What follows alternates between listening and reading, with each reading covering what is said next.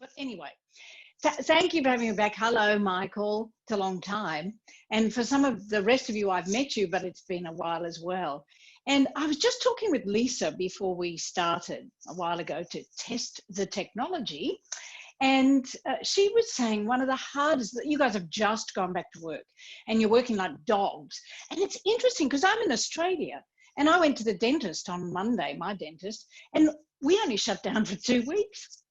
I walked into his office and you know, there's hand sanitizer. We had to fill out a little form, and sit far apart from each other, but pretty much everything was like normal for us. So we were talking about the differences that have happened for you. And one of the hardest things has been that you can't really connect with your patients as much as you felt you used to when you could smile at them and have your whole face interacting with them. But so I've added a couple of extra things that I wasn't going to cover because there's at least 2 things, and just about everything I'm going to be talking about will help you connect better with each other and with your patients and with everybody in your life. Because just because we have this thing doesn't mean that we're losing our humanity, although some people have been, I suspect. And so I want to share with you a couple of quick things we can do right now. But remember, if you're sitting at home with your family, everybody in the family join in. Because it's very easy when you're connecting and watching a screen for you just to sit there and go, it's like TV. I might join in, I might not. If she entertains me, I might. This is your opportunity to jump in. And if you've got a family together or friends or any person, any human around you, interact with them. This is going to be a big opportunity. And if you're by yourself, it's okay. You can interact with me. I'm going to talk about quantum physics a bit later on and epigenetics.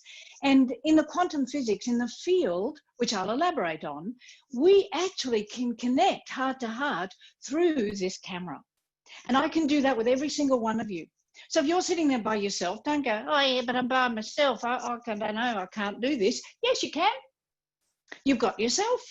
And that's your best friend you're ever going to have in your life. You may not be quite your best friend at the moment, but deep down you are. And you're the only one that is constantly with you. So everybody, open up your hearts and open up your minds and join in. Because Alvin Toffler, the great futurist, said, intelligence in the future. And if there are children listening to this, listen up, kids. And if there are parents, listen up hard. Intelligence in the future will not be measured by the ability to read and write. It will be measured by the ability to learn, unlearn, and relearn.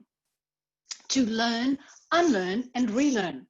And if you think about it, how many things in your life have you learned that was absolutely right? And then something happens and you have to unlearn it because you learned that it wasn't right and you have to relearn something else. And go back to the days when everybody thought that the earth was flat. Well, we know the earth's not flat, but they didn't know that. They'd been taught the earth was flat and they were terrified to go to the edge of the earth, the horizon, because they'd fall off and die.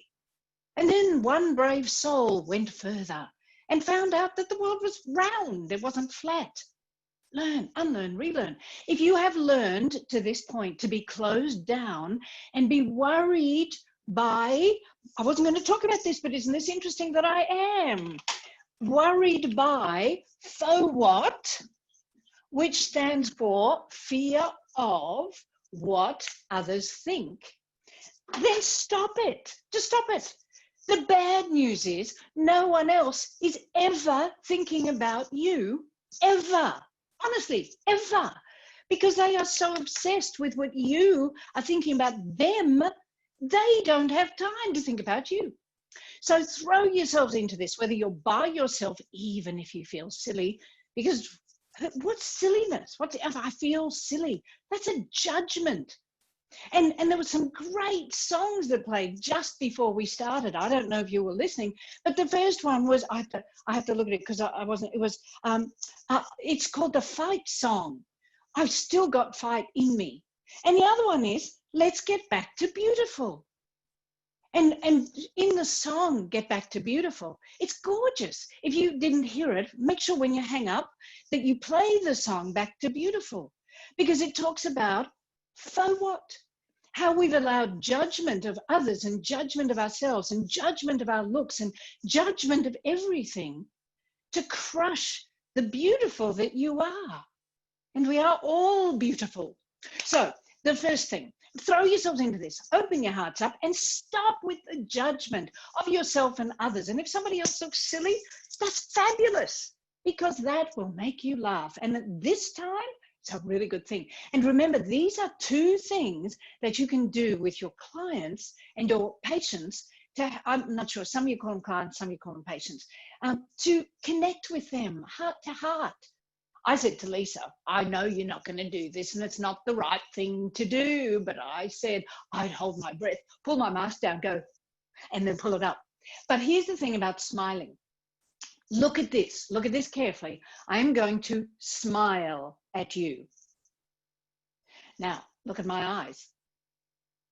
Now I'm really going to smile at you.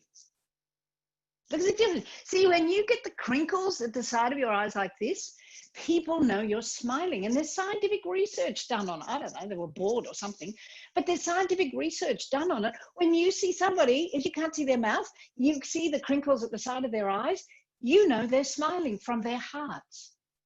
So that's the first thing. Actually, there's three things I'm going to teach you. First of all, you can smile behind a mask, and as long as your eyes crinkle up, they'll know you're smiling, and they'll smile back. The second thing, now this is where you have to get involved, okay? I normally, when I've got live groups, and you are live, you're just out there, I can watch them do this. Now, I can't watch you, so I am trusting that you will throw yourselves into this, because the more you put in, the more you get out. And for the children watching this, it's very important. The more you put into your life, the more energy, the more you throw yourselves into something with openness and a desire to learn, the more you'll get out of it. So here it is, you're going to love it. We are going to create joy buddies. Now, if you're at home with your family or with someone else, you can be each other's joy buddies. If you're by yourself, I'm going to give you a way to have your own joy buddy. Joy buddy. Excuse me. It's winter in Australia, but we have midgies. We call them midgies. They're sandflies. And they keep coming into the office. And I'm sure when I'm midstream, midgies fly into my mouth because they're very small. And then I start choking. So let's go back to how you create your own joy buddy. I want everybody to hold up their left index finger. And then if you've got pens handy, great. But only if you've got a pen right in front of you. If you haven't got a pen, you don't need a pen.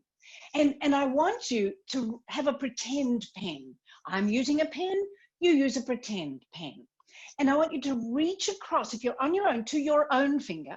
And if you're with someone else, pick one of the other people, or two of them, or any of them, I don't mind. And I want you to draw a smile with two dots on the end of your finger. Can you see that? A smile with two dots on the end of your finger. And this is your own personal joy buddy.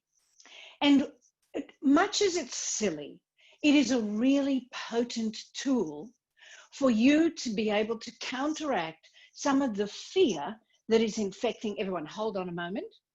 Oh yeah, it's all right. I just saw a note. I wanted to make sure it was all okay. This is your antidote to the fear. Now, excuse me. Fear is the real F word. We need to eradicate fear.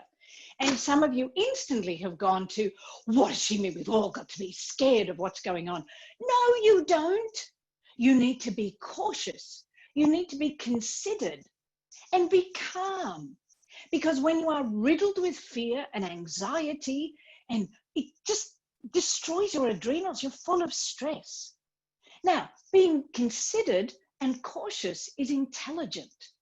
You're not going to go and break all the rules and do things that are abjectly not smart.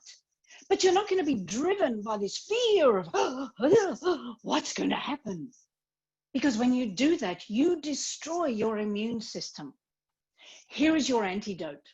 Whenever you start to feel overwhelmed by fear and anxiety, pull out your joy buddy. And this is what you do with your joy buddy. Now, when there's no one else around, you can do this. You can also do it at the practice. see every one of your colleagues, including the patients, as joy buddies. And you can teach all your patients this, and don't give me the, we are a professional, we are the Seattle Study Club. We are very, very professional. So am I. And I'm a physical therapist by training. I used to do this with my patients, because being professional means you do what it takes to help that person feel great. So why don't you, oh, by the way, if you go to funexpress.com, you can buy these. These I throw out at the end of events. These are your little extra joy buddies. And I tell all the dental practices that I speak to buy the cheapest chips and buy a glass bowl, and you stick them in, put a pile of them in the glass bowl. And as your patients walk in, you give them one, say, this is your joy buddy from us. Now, you haven't got them yet. You can order them this week. I know Fun Express is still working, but until you get them, use these. And say to your patients when they walk in, you know, we're trying to make this a safe haven away from the fear we've done all the PPE stuff, but we're trying to make it an emotionally uplifting and joyful place. So we've instituted a new concept of joy buddies. And here they are. And even if it's under your glove, draw it on top of your glove if you don't want to draw it on your finger. But this is what joy buddies do. Got the mask on, you got the joy buddy, go, hello. And when you smile with your eyes. So on the count of 3, I know I can't watch you. So if you're going to be someone who's going to be very judgmental and sit there going, this is ridiculous, your choice, but your heart's not open and you're not opening your mind for learning. Because when you do so, I might look silly and I might do things that are stupid, but I've spent 35 years studying group dynamics and science, neuroscience, epigenetics, emotional intelligence, and quantum physics. So these look silly, but they're grounded in hardcore science. So on the count of 3, if you're with other people, I want you to turn to someone else on one side and then the other and go, hello, and try to make eyeball connection with their eyes. If you're by yourself, you go like this, hello, and you have your own personal joy buddy. Now, if we have children watching this and you're going to do exams at any time, this is a very potent stress buster. I don't expect you to walk up in front of all your friends at school and go, hi, I'm cool, hello, because you're not going to do that, are you? But what you can do is have your joy buddy in your lap. And if you're feeling a bit tense or anxious about the exam, all you've got to do is look down and go, hello. Or to rest your joy buddy on the table next to you. Look down and smile and breathe. So I'm going to count to 3 now. Get ready. Everybody limber up your fingers. And if you haven't got a visible smile with 2 dots on it, remember, you did an invisible one. Frankly, I like the visible ones when you go back to work. Or if you're a bit stressed on your own, pop it on, get a texter, or what, I don't forget what you call those pens, you know, like I'm writing on the board. Get one of those, or a Sharpie. It works. So ready? 1, I'll do it for you. 2, 3, go. Hello.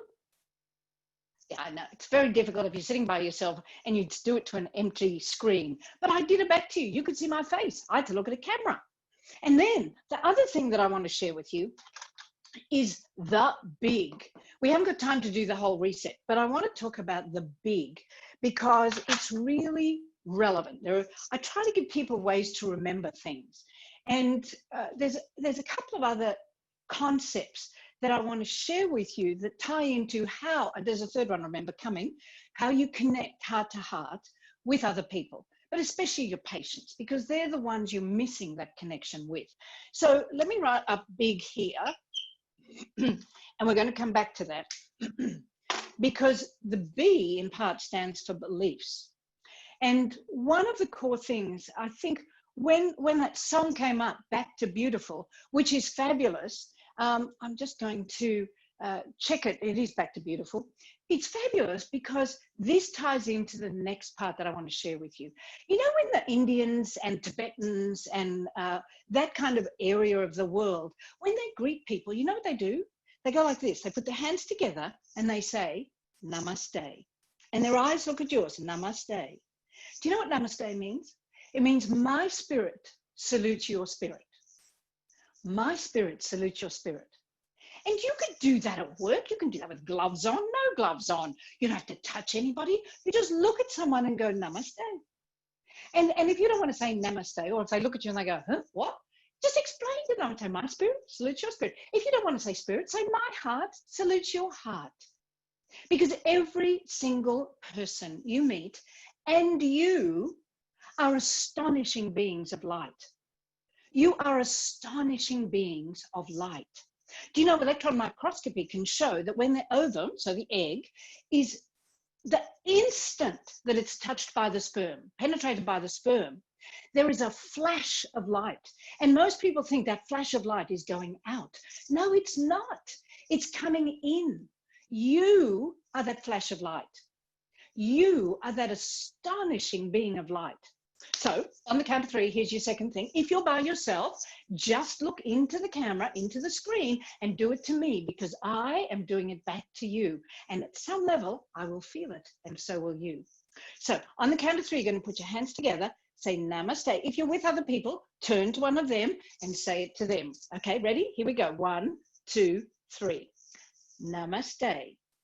And keep your eyeball contact. Now, if you've got another person, now you've got to do it to the other person. Namaste. Those of you by yourself, just do it to me again. So once more. Namaste.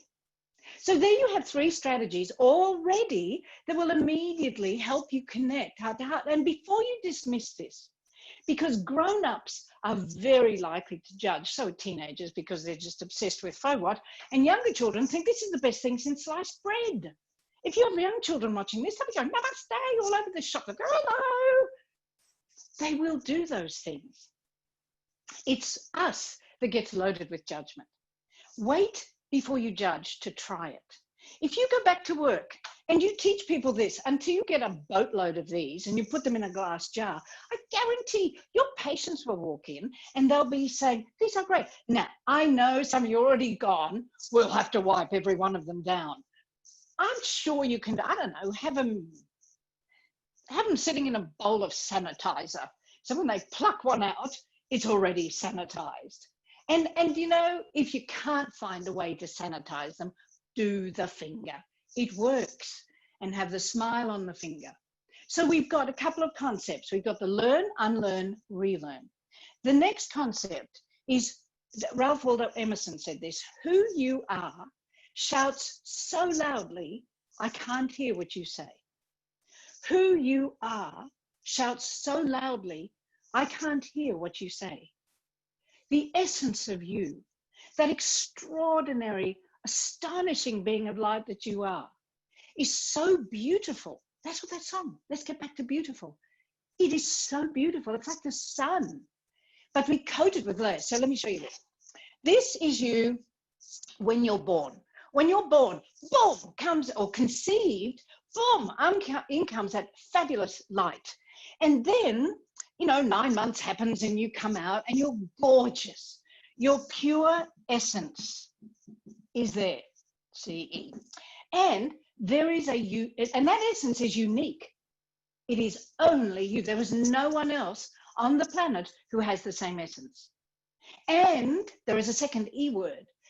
There is only one person on this entire planet who has the same energy that came in with you.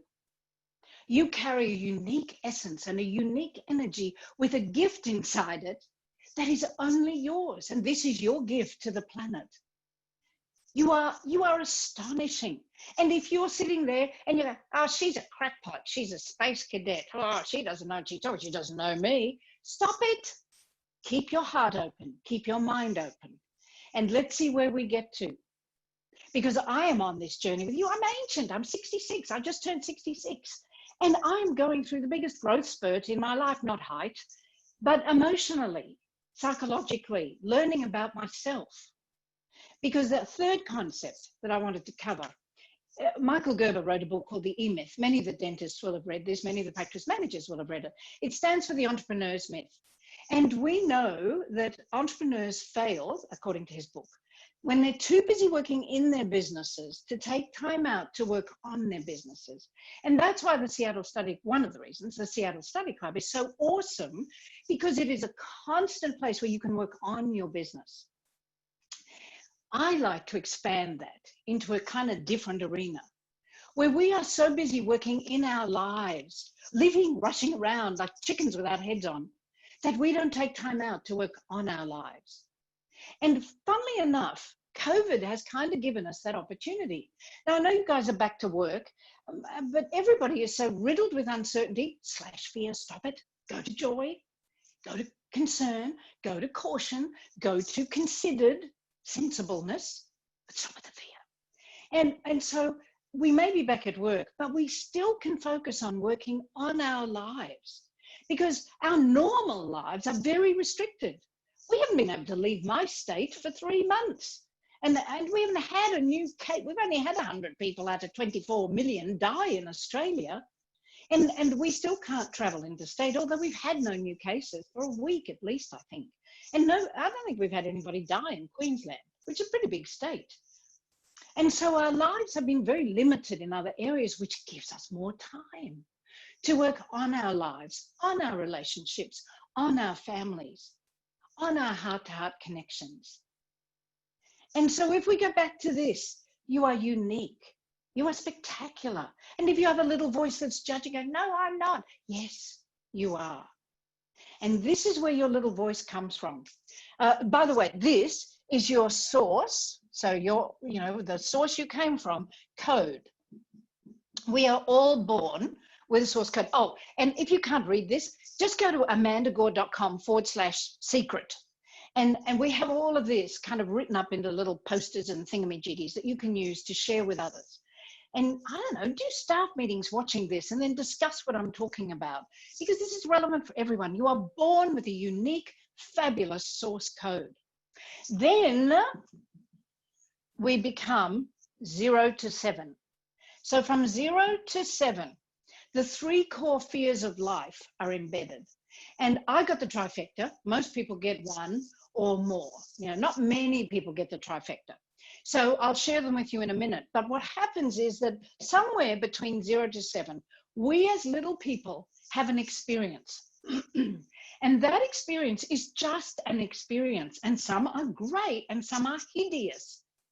And it isn't the experience that destroys the source code. It is what we tell ourselves about what happened to us. So just remember that. So somewhere between 0 and 7, one of these 3 core fears in 95% of people is embedded, and it corrupts the source code. Just like a computer, this is like your original operating system, and this is malware that we have loaded in. So it is a corrupt code. And here's the sad part. Every other part of your life, every other part, every relationship, every experience you have, every interaction with others, all your study, your career, your whatever it's going to be, is run by that corrupted code. And this whole session is about you reactivating your full human potential. And if you're little watching this, you still have an enormous amount, but there may or may not be these fears.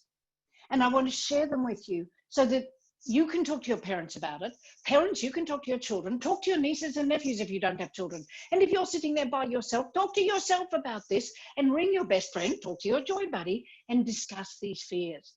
Because these are the fears that are coated with layers and layers and layers and layers of protection and defenses and life. And we defend these fears to the hilt. So let me share them with you. And you can think as I'm going through them, which ones resonate with you. The first is, I am not worth loving. And that's kind of married up with, I am not good enough. And if you're a very visual person, this is going to mess you right up. So just keep breathing. That's what the B stands for. Everybody breathe. Just take big breaths in and out. Whenever you get stressed, we breathe very high and shallow. And if you want to bust stress, remember to breathe. And I'm sure you've said that to your patients a billion times. So now, most women get, it's the I'm not worth loving. Excuse me. A lot more men get, I'm not good enough. The truth is, you are absolutely worth loving. You are absolutely worth loving. You are absolutely good enough. You are absolutely good enough. It doesn't mean that we can't be best versions of ourselves. It doesn't mean that we haven't corrupted the code, but you already are beautiful. You already are good enough and worthy. When I was 2, I had an experience, and because there are children watching this, I'm not going to discuss it in any detail, but I had an experience that a 2-year-old should never have. And my mother had left for a year, and my father was an alcoholic. And this experience happened. It just was. No judgment about it. It happened. It happened. And the consequence of that happening was that at that time, as a 2-year-old, I didn't have the capacity to see what was going on. I didn't know what was going on for that man. I didn't know what was going on with my parents. I was 2. I wasn't supposed to know. But I only had one option because no one protected me. No one rescued me. The option I took, I told myself I was responsible for me. So I'm going to have a drink of water. I'm responsible for me. And I don't know how many of you, but if we're in the helping profession, this is a very common thing for people in the helping profession, excuse me. So what I did was tell myself I was responsible for me. No one else would ever be there. Then I expanded it into I was responsible for my mother's happiness because my mother was not there. I didn't know till my mum died when I was 54 that she had actually left. She left for a year.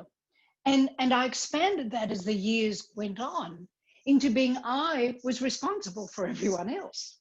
And I became a lifelong fixer until a year ago when I started working with a man called David Martin, Martin, and his website, his YouTube channel, have a look at his YouTube channel. It's David Martin World. And he runs courses that are life-changing. And I've worked on myself forever, since I was 21. I don't know, I loved learning. I always wanted to be the best version of myself. I always wanted to maximize my full human potential. And COVID brings out the opportunity for us to bring out our humanity or to crush it. What choice will you make? And being kind to ourselves is part of our humanity. And so I expanded my I'm responsible for me, I'm responsible for mum, into I'm responsible for everybody, and I would fix everybody whether they were broken or not, because no one is broken. And I would fix them whether they asked me or not. So you can imagine how well that went in relationships. Now, did I know I was doing it? No, or I would not have done it. However, I did, once I started working with David and doing his courses, recognize that I was doing it. Now, could I change it overnight? No, because these fears were deeply, deeply embedded in me. And it has taken consistent awareness over time and consciousness for me to catch myself doing it and then stop. And then I would catch myself starting to do it and stop. And now I do it much less often. Not the catching myself, the fixing. And so in this, I'm not worth loving, I'm not good enough, I took it to the skyrocket level. I told myself I was worthless, absolutely worthless. And in the last week, it is 8 days today, I have had another experience in my life, which I'm going to share with you. I didn't think I was, but I will, because I'm talking to you about opening your hearts and opening your minds. And one of the core ways, who you are, shout so loudly I can't hear what you say. One of the core ways for you to get to who you really are is to be your absolute 100% honest, authentic, real you, me. And I have always prided myself, I've been speaking 35 years, I've always prided myself on being super authentic, because I met early in my career lots of people who seemed one person on stage and another person off stage, and I never wanted to be that. Well, it turns out 35 years ago, when I was studying with a man called Michael Grinder, with whom I've studied every year, he said to me, you know, you're a different person on stage when you're off stage. Oh, he might have stabbed my heart with a knife. It was the one thing I never wanted to be. So guess what I did? Instead of me becoming Amanda from off stage into Amanda on stage, same person, I took the persona that was Amanda and I made her Amanda in her life. And 35 years later, until I met David, I was living my life as a persona that thought I was responsible for everybody else, that thought I was worthless. And it has been really quite a hard journey to get back to my source essence and to acknowledge the I amness of me. And in the last week, I fell madly, deeply in love with somebody I thought was the love of my life. I still think he's the love of my life. However, the timing and circumstances didn't work out. And a week ago today, I was more devastated than I'd ever been. It has been the most fabulous opportunity for me to work on my worth and to work out, what is my worth? How do you define worth? And I was talking with David about it, and he said, if you like, think of it as your pure essence. Are you being your pure essence? Was I my pure essence? Did I come from my pure essence in this relationship? And you know, one of the great things I can say is, yes, there are things I would do differently, but did I come from my pure essence, my source? And yes, I did. And did I consistently display source level love for this man? Yes, I did. And I could not have said that to you a week ago until I had worked harder on my worth. And I decided at the end, before David gave me that great definition, my worth is me showing up every day to the best of my ability, being as authentic as I possibly can be, doing the work on myself. And even if I don't feel like bouncing and bubbling and saying, whoa, joy buddies, I show up. I show up and I bring the best of me with me. And it doesn't matter if we're not perfect. No one else is perfect. But if we show up with the best of who we can be, others pick it up. Who you are, shout so loudly, I can't hear what you say. So this is a journey to finding out who you are, and you are astonishing, and you are absolutely worth loving, and you are absolutely good enough. Now, it doesn't mean I can't grow and develop. No, and you can't grow and develop. So please, if you're listening to this as a family, or if you have a family and they're not listening, play it again, or have a conversation where you talk out loud about these fears. Because the second core fear, I just want to make the visual people feel a little more comfortable. The second core fear is I am unsafe in some way. Now, this is very common with children of alcoholics, people with mental health issues, children of people with mental health issues, or children of drug addicts, because there is no safety. I mean, I didn't feel safe when I was little. Probably when my mother was around, but I don't know. I blanked out my entire childhood. I don't remember much about it, apart from those two events. And so, excuse me, one, feeling responsible for my mother, and the other, a burglar running off the front veranda. So I am unsafe in some way. Now think about it. These days, very rarely are we literally unsafe. Metaphorically, we feel unsafe because we're riddled with fear. And there's fear all around us all the time in the media. Well, we've got to listen to it because we've got to stay tuned in. No, you need to be cautious. You need to be aware. You need to be conscious. You need to be sensible. You need to wash your hands a lot. You need to boost your immune system, not destroy your immune system with fear. And so we are safe 99.9% of the time. Think about it. You got up and went to work this morning. In the car, you got there safely. You got to work, you lasted the day. You've come home, you're probably having a cocktail while you're watching this. You're still safe. You'll go to bed tonight, you'll be safe. You'll wake up in the morning, you'll be safe. You'll do it all again. And then you'll have a weekend. And then you'll be safe most of the time unless you hurl yourself in front of a truck. So most of the time, if you're realistic, we are safe. And the third core fear is I am separate. It's separation. And this is so important. And this is where I want to share with you some ideas about quantum physics. And you've all heard of the field, right? Now, the human body, and if you question this, go to an organization called heartmath.org and you will see the scientific evidence. This human body we all have is a giant bioelectrical current. You know that because we can measure the electrical currents in teeth, you know, when there's metal in there. And if you learned at school, every electric current has what around it? A magnetic field. We know, excuse me, I must be getting passionate. We know that the electrical current generated by the heart is 60 times more powerful than any other organ in the body. We know that the magnetic field that goes out from the heart goes 6 feet from your body in every direction. 6 feet. We also know that if you have an angry heart and somebody else is standing anywhere within that 6 feet, their brain waves are interfered with. In other words, your field, my field interact. They are entangled. This is the quantum physics concept of entanglement. We can now measure electroencephalograms from outside the head without electrodes.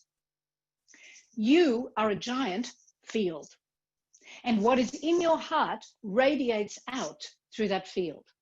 When you meet somebody, you know what it's like. You meet somebody and you go, ooh, bad vibes. Or you meet someone and you go, wow, great vibes. What an awesome person to be around. I really like them. It's instantaneous. We can read other people's feels in a heartbeat. We pick it up. Who you are, shout so loudly, I can't hear what you say. Sometimes you can just stand in a place and emanate. Emanate your goodness. Emanate your beautiful. Emanate your light. Emanate your calm. And you will change the environment. Haven't you got somebody at work that walks in, and the minute they walk in, it's like chaos, chaos, panic, everybody. That is someone who has a chaotic field.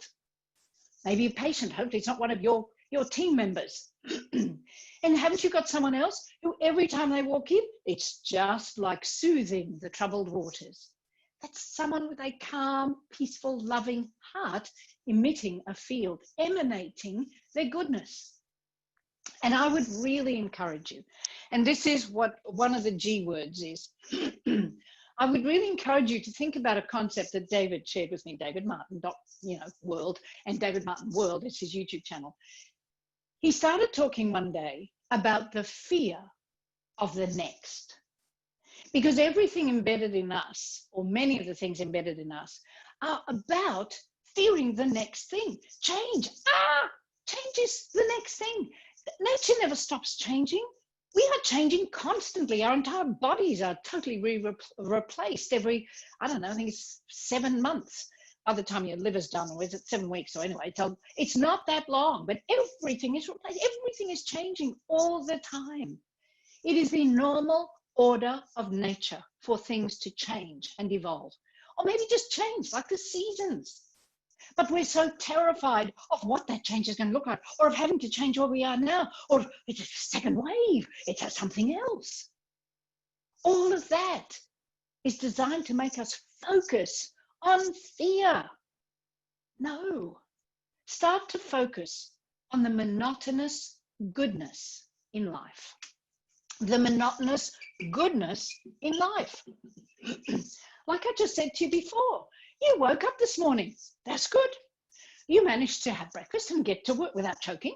You got to work. Good. You went through the whole day at work. Maybe in a few dramas, but essentially, good. Got home. Good. Got a cocktail. Good. Sat in front of the TV. Some of you who don't drink, okay, not good. Got a non-alcoholic cocktail. And beware of judging.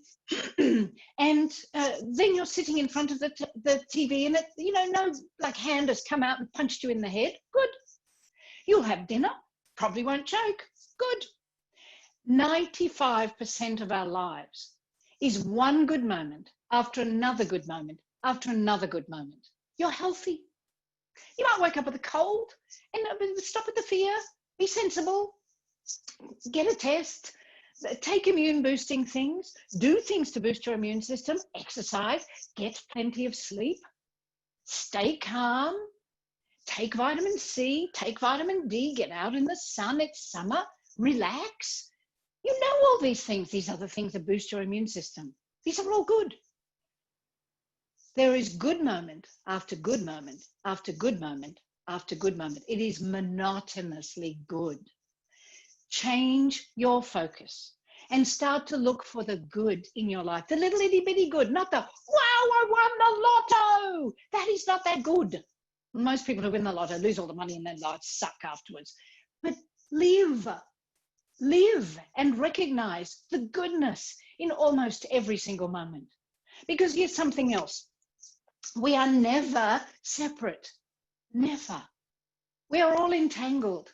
And if you understand this, if you get this concept, that is why me talking to a camera can connect with you, because we have a field and it isn't just 6 feet.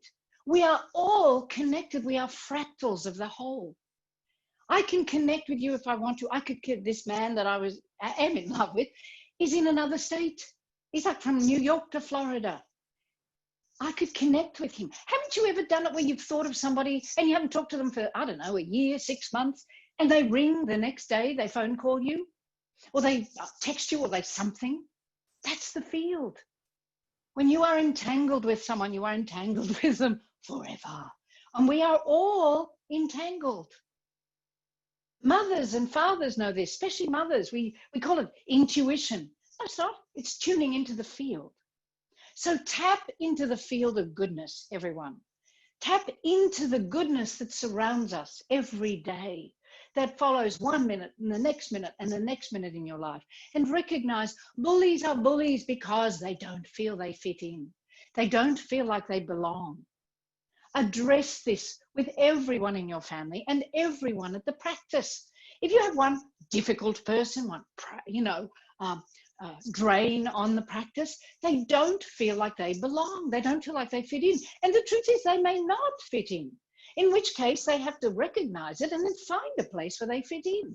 But most of the time they feel like they don't fit in because we have judged them in some way and not brought them in, and then they feel separate. They don't feel safe.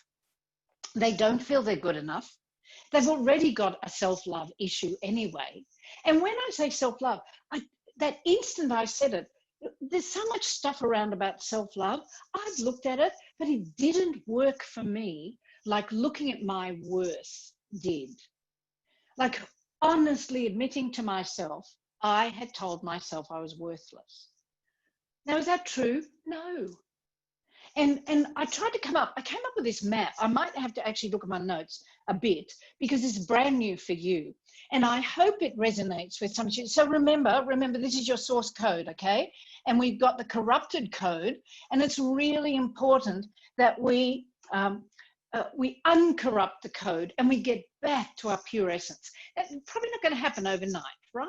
Because for most of us, I've carried my I'm worthless for 64 years. That's a long time.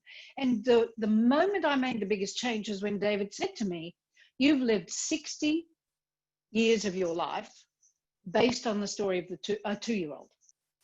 Do you want to live the rest of your life based on the same story? Well, no.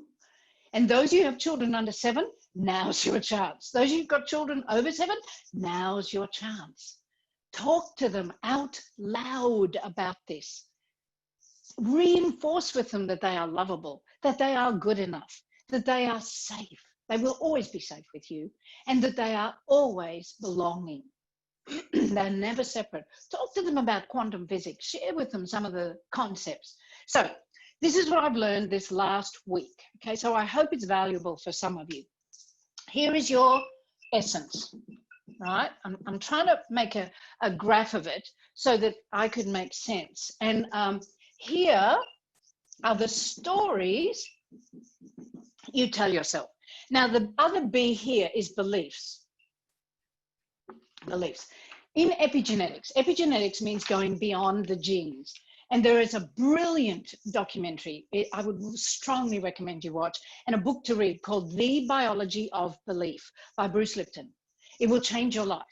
Please, please, please read it. Please, please, if you're parents, do this for your children if you won't do it for yourselves. If you're leaders at the practice, if you're the dentist, you need this. If you're the practice manager, you need this to understand. Everybody needs it to understand how they operate. Your genes do not determine your future. Epigenetics means going beyond the genes. Your genes do not determine your future. We know this. It is your beliefs that determine your future. Your beliefs are basically a series of repeated thoughts. Those thoughts get collated as a belief into stories. And 99% of the stories we tell ourselves about ourselves, like those core ones, 0 to 7, are not true. Is it true that I'm worthless? No. That took me ages to be able to say that and feel it. I don't think I'm the best thing since sliced bread yet, but I'm way better than I was. Am I safe? Yes, I'm in charge of my safety, my emotional safety, my physical safety, my everything safety. Do I feel like I'm separate? Well, it was a little hard this last week, and I'm still working on that one. But generally, no, I've never really felt like I fitted in. I was always different. But I'm getting okay with that. And I know at the quantum field, I am not separate. And I have a very, very small, but incredibly strong and supportive and loving group of people who help me through life and help me fully live. And I'm deeply, deeply grateful, which is the other G we're going to come back to. Deeply, deeply grateful to this man, because this last week, he has given me the greatest possible gift under the guise of an extremely difficult presentation, because I've never looked at this before to the level that I've looked at it now. And my experience with him in the time we had together, I came alive. I came alive. I found my life force. And the world is, I'm coming back to this, okay, so keep breathing. The world is full of this curve. So it's the bell curve. Everybody has the bell curve. You know, it applies. Once you get 3 people, the bell curve applies. In my case, for this particular example, I want to split it into 3 groups. These are the people who are fully alive. Very small group compared with the entire population. Then there's this huge bunch in the middle who are just existing. They just exist. They get up, they go to work, it's like Groundhog Day. They just exist, and then some crisis happens, and then they go back to existing. A crisis, back to existing. And down here are the people who are the walking dead. I was almost down there, but I didn't know it. To all intents and purposes, if you looked at me, I've got an extraordinarily successful career. I've, won awards, I've done that, I've been popular, I've made money, I've got a great house, I've got all the external things I've got. And I've still been working on myself. But somewhere deep inside me, I had shut my feelings down. I had shut myself down from the time I was 2. And then because I was running on the corrupted code, every relationship I had, every other story I told myself would reinforce that shutdown. It wasn't safe to come out, wasn't safe to come out. Shut down more, shut down more. This amazing man allowed me to find a space where I could actually find my life force. I had shut down my entire femininity. I've been through 2 marriages, 2 marriages, 5 engagements. I'm old. And all the way through, I was shut down. Because if I don't see my own worth, how can anybody else possibly see it? I had to come to this point. And I'm so grateful to him because I rediscovered my life force. And I will not close down again. I will never shut myself down again because I did it to me. No one else did it. I did it to myself. I shut myself down to protect myself. It was so beautiful to be open, to be vulnerable, to be real, to be truly loving from my core and feel my femininity come up again. It was a beautiful experience and I'm so deeply grateful. And probably if I hadn't had the level of hurt that I've experienced in the last week, I wouldn't have dug deep enough. So I'm sharing this story, not for therapy, but for you to not wait till something heartbreaking has to happen, but for you to look at things now and see how astonishing you really are and how worthy you are. And to look at yourself in a very different light. Even if you thought you were fabulous, just double check and see if it's really your essence, your authentic, real, true essence coming out. And by the by, those of you who are in leadership roles, when you come forth and you're as vulnerable as I just was with you, like I always thought I was vulnerable on stage. I didn't mind sharing things with people.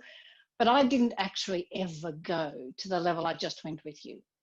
And I truly hope that you will value and treat that vulnerability with reverence, because I have not done that before, not in this particular way, nor have I come up with this. Move to the fully alive area. It's the most amazing way. Everything in life is different. Jump out of existing. And if you're down here full of judgment and pessimism and fear and anxiety, you've got a choice. And you've got some stepping stones today on how to do it. If you begin, and here's one of the biggest stepping stones, if you become an inner, that's what the I is for, inner travel agent, and you work on yourself and on your life, and you become an observer of your thoughts. So if you take nothing else away from this, take away, become an observer of my thoughts and my stories. Because if you observe them, 95 to 99% of the time, we are literally unconscious of our thoughts. Literally. Your life is run by 1 to 5% of thoughts. The rest of it is run by your monstrous, unconscious, potent stories that you're telling yourself. But if we start to observe the stories, observe the thoughts, observe the beliefs, become conscious of them, then we have choice. So the observation gives you the choice. And so if we go back to this for a minute. So there's your essence. This is your worth, your pure essence. That's what you're worth. Your authentic, genuine, beautiful, glorious, astonishing being of light, sparkly you. It's your source code. That says source code. I haven't got time. It's your I amness. Over here are the stories, the beliefs you hold about yourself. And by the way, they're not the beliefs of other people. The beliefs of other people were there. They just were. You had to take them on board. I took it on board. The other people didn't. Oh, well, I don't know. Maybe they did. I can't remember my father at all. And I know my mother loved me, but I think I told myself about the worthless one. I don't think anybody else was involved in that. Sorry if the volume changed. I got a bit animated there and I jumped out. Now, there's the beliefs and the thoughts. Now, what these two do is move towards what you emanate. Emanate. Now, if you emanate from your stories, beliefs, like remember who you are, shout so loudly, I can't hear what you say. This is called emanation. When somebody else picks up your field, emanation. So are people going to pick up your story? See, like all the relationships I've ever had, I've come into them with this deeply, deeply unconscious belief, story, and thought that I was worthless. Not just not worth loving, worthless. Now, that was what I emanated to everyone. They don't know I'm emanating it, but they pick it up because it's in the field. And then I have a simple way to finish up, a couple of things to do to help you finish up. And this emanation is kind of like, it appears in your behaviors, that says behaviors, and your choices. And what that does is then create your life. And if this makes sense to you, I can't see your comments, but I get to see them afterwards with the recording. Tell me, will you? Because I haven't done it before. I thought about it this morning when I was trying to make sense of what I've been through in the last week. And it just felt right. So you have a choice. Live from your stories and be a walking dead or existing person, or live from your essence and fully live, be fully alive and feel your life force flowing through you. It's the most amazing feeling. Despite my devastation, I don't look devastated right now, that it's taken an extreme amount of control to do that. I am so grateful for him, because from this day forwards, from the time, like probably today, I have been less teary than any other day. So from this day forwards, I can change my behaviors, and I am emanating every day a stronger essence of my worth. And that is what will be reflected back to me. And I am not Robinson Crusoe. I am every single one of you in this entangled field. We are all worthy. We are all worth a lot. And it isn't a hierarchy, because your worth is determined by your emanation. Just emanate love, love for yourself, love for others, emanate goodness, and emanate gratitude. Because, oh, wait, one thing. How are we going time-wise? Oh, good, we've got a bit more time. Now, nonverbal communication. You have been saying who you are, shout so loudly I can't hear what you say. Basically, that's through the field. Essentially, it's through the field. But nonverbal communication helps with that. And most people think nonverbal's this, body language, legs crossed, arms crossed, people closed off to you. No, that's like a teeny part of nonverbal communication. The vast bulk of it comes through voice tones, vocal variety, micro muscle, micro color changes in our faces, and our breathing. And it's as if we all walk around with invisible fishbowls on our heads. And in these fishbowls are sparkly bits. And my sparkly bits and your sparkly bits talk to each other all the time. And if what comes out of my mouth doesn't match what's coming out of my sparkly bits, guess what you pick up? Always, always, always the sparkly bits. And haven't you ever met anybody? You go to a party or something and you meet somebody and you think, they seem nice, but something didn't quite click. That's because what came out of their mouths didn't match what came out of their sparkly bits. So you always remember sparkly bits. I'm just going to pop these on. Now, people look at me and they go, she's an idiot. Maybe. However, these are the single most important thing anyone will ever teach you about communicating. These are the things that project out. This is like your essence coming out. See, sparkly, your sparkly, beautiful light essence. Now, if you're coming from your essence, that's what it's like. If you're coming from your stories, your beliefs, and your thoughts, look at what happens. Okay, you're at work. Your least favorite patient walks in. Now, be honest. What do you say to yourself inside your head? What is the story you're telling yourself? Be honest. It's not fabulous. Here's Mrs. Smith. It's a great opportunity to practice forgiveness and reverence and compassion. No, you are not thinking that. You are thinking, oh, no, not today, not today. Oh, not her. I can't stand it. She's such a cow. Ah, la, la, la, la. Guess what? She picks it up because you can't hide it. You cannot hide sparkly bits. When you walk in the door at home or you walk into the office or you walk into one of the rooms and you know something's wrong and you say, what's wrong? And someone says, nothing. And you know everything is wrong because you cannot hide sparkly bits, who you are. Shout so loudly, I can't hear what you say. Go forth with reverence in your heart. And that's what will come out. And when Mrs. Smith, who drives you nuts, comes in again, instead of going, no, not her again, say to yourself, Namaste. My spirit salutes your spirit. Namaste. That's what will come out of your sparkly bits. And you watch how Mrs. Smith changes because she picks it up as well. Because it is in your field. You are emanating that. And the other thing to remember is to emanate gratitude. Because if every moment of every day you consciously choose to live and breathe gratitude, which is what David told me to do. I mean, I've been talking about gratitude forever, but it was one of the strategies he gave me to get through the last few extremely tough days. And for a couple of days, I had to be grateful for breathing. And even then I was a bit dodgy about it for a while. I'm being very honest. And really, I was grateful for bed. And I was thinking I'd go to bed and I'd come back in August because it was going to be easier. But ultimately, of course, it wouldn't have been easier, but I was trying to find things for which to be grateful. So I'm very grateful to all of you for tuning in today and for listening. Because each time I speak about this and each time I try to help others understand the lessons I'm going through, it shifts me in some way. And it helps me in some way. So deepest reverence to you. Namaste. Thank you for allowing me to share some of the experiences. Remember, not as therapy, but to share my journey and allow me to integrate it a little better and to hopefully make it useful for you in some way.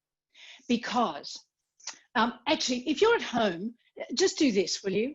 All of you, whether there's one of you or there's 27 of you, and just go like that, and then put them over your eyes. Now you will see yourself in your camera screen thingamajiggy, And that's okay. And you might think you look silly. Well, you don't have sparkly things on your head, so you're not going to look as silly as I do, and I don't care. Now, these are your gratitude glasses.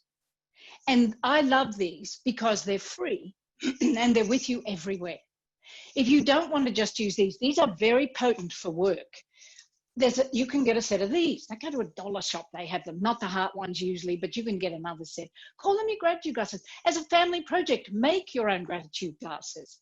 I've done this with based on my book. We instituted a school project, a school joy project in a couple of schools here. And we had all the children make their own gratitude glasses to teach them as a physical reminder of being grateful. I don't care whether you get little ones, big ones, any kind of glasses, a glasses brooch, just write gratitude glasses on something. Do this more often and sit it in the kitchen. Sit it on your dining room table. When you have dinner at night, ask everybody around the table as a ritual, a new ritual, what's the thing you're most grateful for today? Because we know it is impossible to have a heart full of misery and a heart full of gratitude at the same time. We know gratitude is more effective at antidepressants, at making you not depressed, than Prozac and exercise. It is more effective. Write in a journal before you go to sleep at night 3 things every night for which you're grateful, and watch your life turn around. Focus on gratitude, not on fear. Focus on gratitude, not on fear. Put these on the staff table at work. And when somebody's sitting there complaining, going, you just slide these across the table and say, would you like to tell us why you're grateful you've got a job? And if somebody's, complaining about something at work and it's not in a staff meeting, just walk up to them with these on. When your patients walk in, if they walk in and you're wearing a set of these, which you can do over a mask, and they're going to, what, you think they're going to look at you and go, well, I'm out of here, that's very unprofessional? No, because they're humans. They love something that's a bit different and a bit light right now in this COVID era. And they'll look at you and they'll go, oh, I like your glasses. And you can say, these are my gratitude glasses, and I would like to share with you why I am so grateful you're here today. Now what? They're going to look at you and go, oh, you suck? No, they're going to feel $1 million because you just shone your essence out onto them and the field changed. So go back to work, Seattle Study Clubbers, and focus on creating a field in your practice. Another word for it is culture. What's your culture like? Is it truly a culture that sees the astonishing beings of light that work there? Is it truly a culture, a field that emanates goodness, that focuses on goodness? Does it emanate gratitude? Does it emanate love? And if you're sitting there going, well, they're all touchy-feely things and it's all well and good for her to say that, but she doesn't know who works for us. Who are you judging? And honestly, there are some people who should not be there. They would be much happier somewhere else. And that is a sensible decision to make as well. You want to find a team where everybody feels they fit, they belong, they're in coherence with the rest of what's going on. To have a dentist and a practice manager who have this goodness essence, who have an element of humility, who see that people are worthy, who see the astonishing beings of light with whom they work. That's what makes magic. We are all humans. This is just tapping into the true humanity that you are, into your true, this is your full human potential. Your essence is extraordinary. Somehow believe that. Somehow start the journey to believing that. Because I would just like to finish up with a final story. This is a true story. It's from a woman called Helise Bridges, who published this story in the first book of Chicken Soup for the Soul, and it's called Who I Am Makes a Difference. And she has this a website called Who I Am Makes a Difference, and you can buy the ribbons that I'll be describing on that website. Here we go. True story, remember. A teacher in New York decided to honor each of her seniors in high school by telling them the difference they each made. She called each student to the front of the class, one at a time. First, she told how each of them had made a difference to the class, to her, and then to the class. Then she presented each of them with a blue ribbon that said, Who I Am Makes a Difference. Afterwards, the teacher decided to do a class project and see what kind of impact recognition would have on a community. Do this at work. She gave each of the students 3 more ribbons, and she instructed them to go out and spread the acknowledgement ceremony. Imagine what this is doing to the field. Then they were to follow up with the results, see who honoured whom, and report back to the class in about a week. One of the boys in the class went to a junior executive in a nearby business and honoured him for helping him with his career planning. He gave him a blue ribbon, put it on his shirt, and gave him 2 extra ribbons and said, we're doing a class project on recognition and we'd like you to go out and find someone to honour and then give them a blue ribbon and then give them the extra one and ask them to find someone else. And then would you report back to me? Later that day, the junior executive went in to see his boss, who was known as a pretty grouchy kind of a guy. And he sat his boss down and he said that he deeply admired him for being a creative genius. The boss seemed very surprised. The junior executive asked him if he would accept the gift of the blue ribbon and if he could pin it to his coat just above his heart. And the surprised executive went, well, sure. And then he gave him the last extra ribbon. He said, would you do me a favor? A young boy who's running a community project on part of his school wants us to keep the recognition ceremony going. So if you could take this and give it to someone else, that would be awesome. Let me know how it goes. That night, the boss came home to his 14-year-old son and sat him down. He said, the most incredible thing happened to me today. I was in my office and one of the junior executives came in and told me he admired me for being a creative genius and gave me this blue ribbon, put it on my coat. He said, imagine, he thinks I'm a creative genius. He gave me an extra ribbon and asked me to find somebody else to honour. And as I was driving home tonight, I started thinking about whom I would honour with this ribbon. Who I am makes a difference. And I thought about you. I want to honour you. My days are really hectic. And when I come home, I don't pay a lot of attention to you. Sometimes I scream at you for not getting good enough grades at school or because your bedroom's a mess. But somehow tonight, I just want to sit here and, well, just let you know that you do make a difference to me. Besides your mother, you are the most important person in my life. You're a great kid, and I love you. The startled boy started to sob, and he couldn't stop crying. His whole body shook. He looked up at his father and said through his tears, Dad, earlier tonight I sat in my room and I wrote a letter to you and Mum explaining why I had killed myself and asking you to forgive me. I was going to commit suicide tonight after you were asleep. I just didn't think you cared at all. The letter is upstairs and I don't think I need it anymore. The father walked upstairs and found a heartfelt letter full of anguish and pain, and the envelope was addressed Mum and Dad. The boss went back to work a changed man. He was no longer a grouch, but made sure to let all his employees know that they made a difference. The junior executive helped many other young people with career planning and never forgot the lesson he learned from the boss's son. And the young boy and his classmates learned a valuable lesson. Who you are does make a difference. And you are astonishing and beautiful, and you have lots of fight left in you.